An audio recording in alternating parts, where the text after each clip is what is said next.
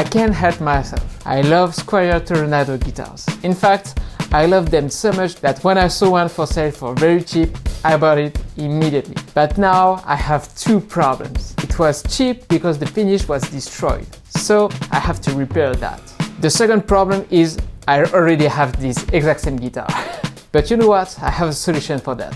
I'm gonna convert it into a baritone. A baritone guitar is a guitar with a longer scale length between a normal guitar and a bass, so it can be tuned to a lower pitch. It's commonly used in metal and even in surf music. I think it could be a really fun thing to build for me to practice my ability to make a neck, because this thing is gonna be completely custom made. Yeah, there is a ton of conversion baritone neck on the market, but those necks are made for 25.5 inches scale lengths, like a Strat or Tele, and the Tornado is a 24.75 inches scale length, like a Gibson Les Paul, which is really weird and not common for a Fender. So there is nothing pre-made on the market. That's why it's gonna be custom made. And I can't just simply drop a Fender conventional neck for 25.5 guitar, because the intonation would be completely off. And also, as it's not common, there is no plane on the internet. So I had to do all the math to make a correct one for this specific scale length. And build something non-standard as an amateur is a big challenge for me. I hope it won't be impossible, and I'm not doing this for nothing. But thanks to this project, as it's non-standard, I will be able to make for the first time, maybe the only one in the world, a baritone Tornado. I decided to make a neck that would be approximately 28 inches scale length. It's a fairly standard length for a baritone. I ordered pieces of maple to make a full maple neck. Why? Simply because I've never made a maple neck and I wanted to try. And to make this very custom neck, I'm gonna use the most magical tool I have in my shop, the Shaper Origin. Why is it magical? Because this thing allows me to have a kind of CNC, but with the smallest footprint you could imagine. Basically, it's a handheld CNC router. Making the channel for the truss rod with the Shaper was super easy. This machine is really very precise. I think some of you might comment that my truss rod is too short compared to the size of the neck. And yes, indeed, you're right, because it's a truss rod for normal guitar neck. But as I already had this one in stock, I prefer to use it. Because yes, I forgot to mention, this project may seem a bit silly to you, but it's a project that allows me to experiment with new things and gain experience. And so I want to spend as little money as possible and use almost only parts I already had at home, like the truss rod. On the making of the neck contour with my Shaper, I prefer to stop at mid-depth to preserve the machine and my router bits.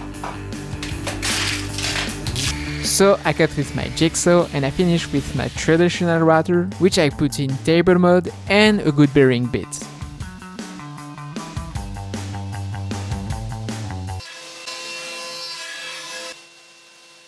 But I had a little problem. Yeah, I have a piece of maple that has broken pretty bad.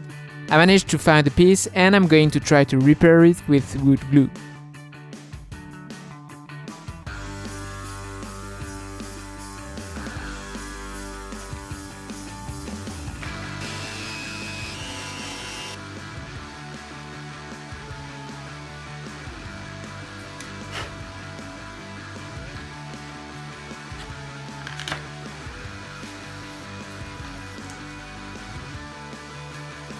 I'm satisfied with the tight fit in the neck pocket, and since the neck is still rectangular and flat in the back, I used my router to thin the headstock.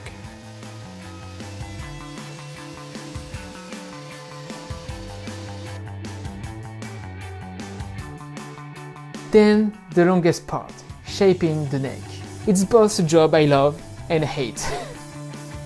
I love it at the beginning, but it's so long to do and it requires so much precision that it takes a lot of patience, and it's often at this point that I get fed up. But I found a solution now. I listen to podcasts to focus my attention on something else.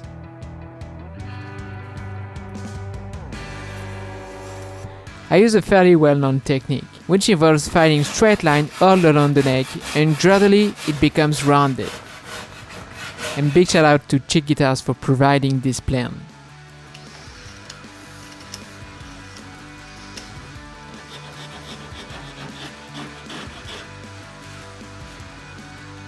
And then just finish with sanding.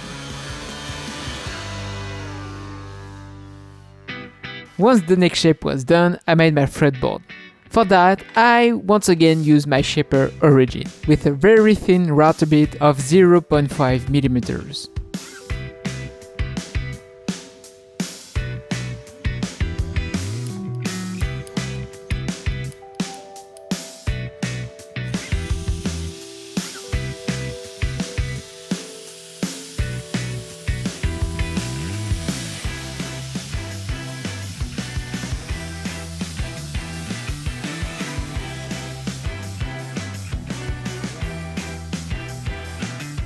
The longest part is repeating the routing operation on 24 frets. And I had to go very slowly, because these small router bits are very fragile and can break easily as soon as you go too deeply.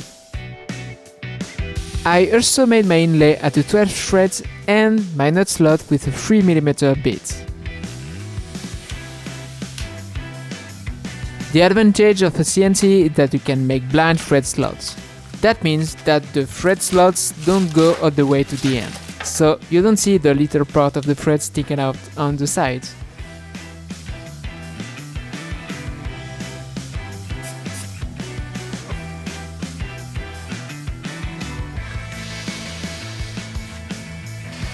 For the neck radius, I used the jig that I made myself to roughly shape the curve with the router. I just have to refine it with sanding.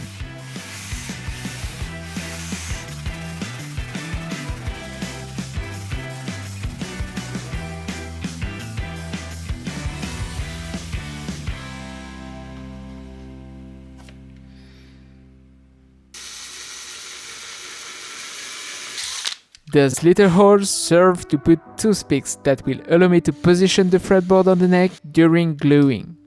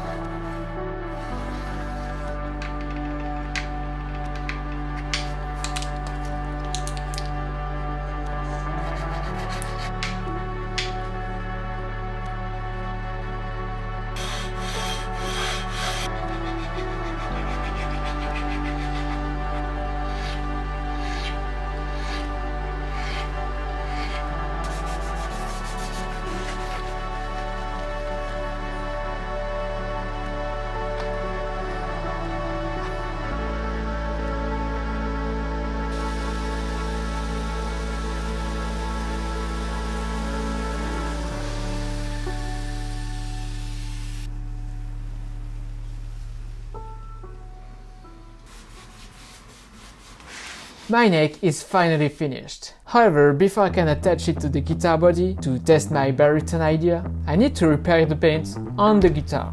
By removing the broken finish, I noticed that the wood is also broken. I think the guitar must have taken a frontal hit during the guitar's delivery, and the previous owner never returned the guitar. That's why the Tornado is never used, and like new. Well, except for that broken wood. As for the rest of the project, the idea is to repair it only with things that I already had. So I will use epoxy, a silvery white powder, and blue dye. I already know that the color is not the same and that it will not be perfect, but it doesn't matter.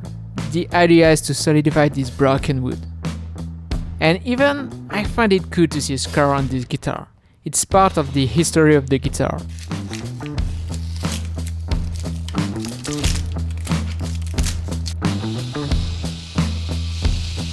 During the sanding and polishing of my repair, I allow myself to thank Cambly. As you know, I'm a Frenchman looking to improve his English, and Cambly kindly gave me access to a 3-month subscription in exchange for a bit of promotion in my videos. To be completely transparent, I'm not paid by Cambly. They want to support my work. Cambly is an English learning platform with 10 million users. It's a platform that allows you to easily talk with teachers whose native language is English. It's ideal for people who, like me, don't have the opportunity to talk in English in their daily life. Cambly is a flexible solution. You choose the length and frequency of your lessons. It's human and friendly because you're with 25,000 tutors who makes you feel at ease and help you progress. You have private lessons for personalized learning and small group lessons to progress together. So whether it's to boost your professional career or travel around the world, give it a try. For the French watching me and wants to progress too, Cambly offers you a 30-minute lessons trial for €1 and 50% off for private and group lessons with the link in description. Thanks Cambly. Finally, the step of putting on the neck. I used the tuners from my other Tornado, which I had replaced with better quality ones in a previous and old video.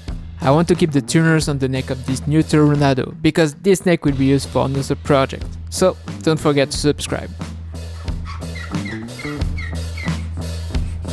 I installed my Baritone strings to put on and adjust the nut. This is the first time I made a nut myself. In the end, I think it went well. I tried to take my time and I'm happy with the result. A few final adjustments and now it's time to see the final results.